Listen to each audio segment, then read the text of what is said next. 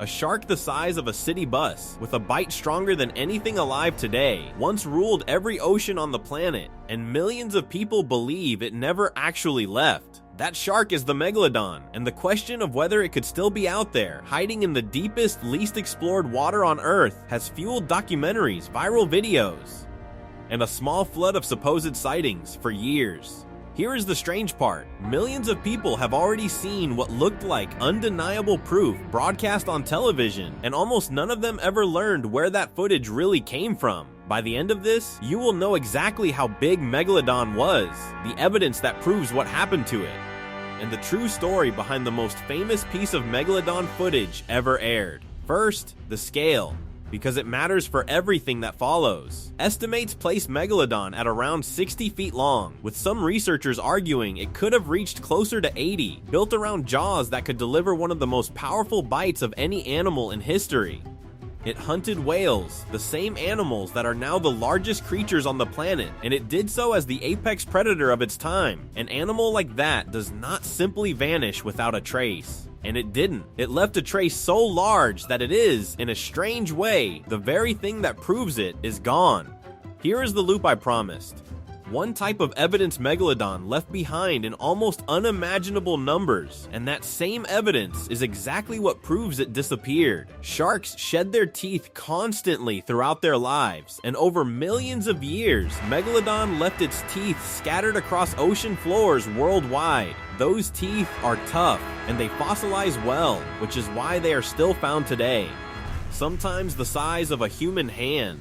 And that abundance is exactly the point. Scientists have examined Megalodon teeth from rock layers all over the world, spanning millions of years, and there is a hard boundary. Every Megalodon tooth ever found comes from rock that is at least 3.6 million years old. Not one confirmed tooth, fossil, or fragment has ever been found in anything younger.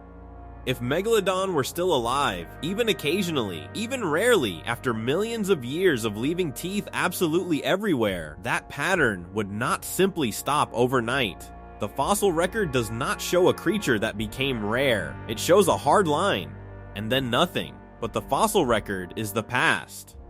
What about the deep ocean today?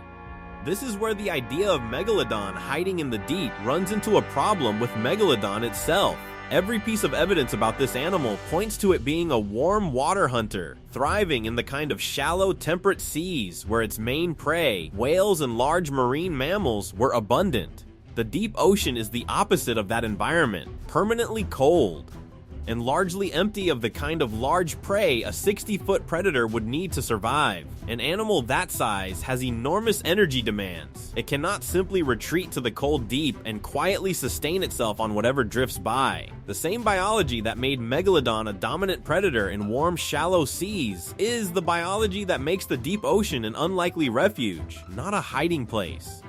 If it were down there, it would need an entire ecosystem capable of feeding something that size, and we would expect to see signs of that ecosystem too.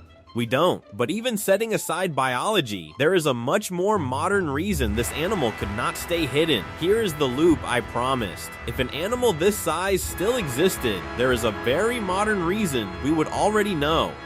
And it has nothing to do with sonar or submarines. It has to do with us. Humans now interact with the ocean, and with sharks specifically, on an enormous scale. Commercial fishing operations span the globe. Every major ocean is crossed by shipping routes, and large sharks are caught, tracked, and studied constantly as part of that activity.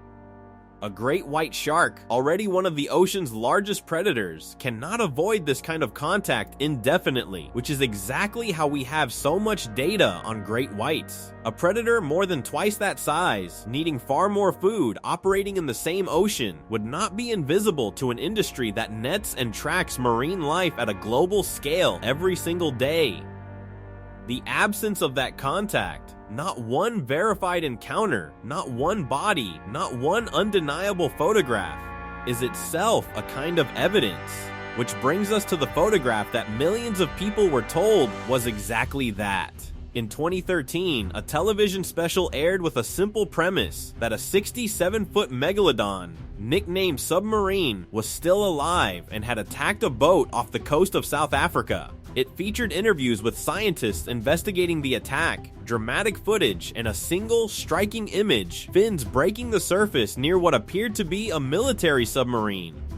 Presented as evidence from the 1940s, here is the payoff this whole video has been building toward. That image was not Megalodon evidence at all. It was a real photograph from World War II showing actual submarines with 2 shark fins digitally added afterward. The scientists in the special were actors. The attack had never happened. The special carried a brief on-screen disclaimer noting the events were dramatized, but it appeared so briefly that the overwhelming majority of viewers never saw it.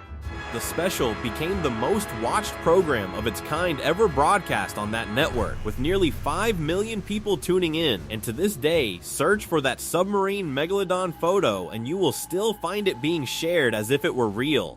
If that story sounds familiar, it should. It is the same network, the same format. And almost the same trick as the mermaid special that became so convincing it forced an official government agency to publicly state that mermaids do not exist. Megalodon is real. The disappearance is real, supported by a fossil record with a hard, unmistakable boundary. What was not real was the photograph that convinced so many people otherwise, and the disclaimer that was supposed to tell them so. So, is the Megalodon still alive? The honest answer is no, and the evidence for that is some of the clearest in all of paleontology. A fossil record that simply stops, biology that makes the deep ocean an unlikely refuge rather than a hideout, and a modern world too interconnected for something this size to escape entirely.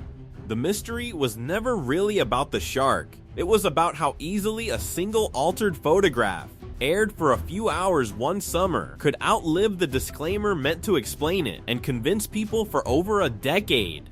If you want to see the real story behind another legendary sea monster and the genuine evidence that one actually turned out to be true, that video is on the channel now. Subscribe and come deeper with us.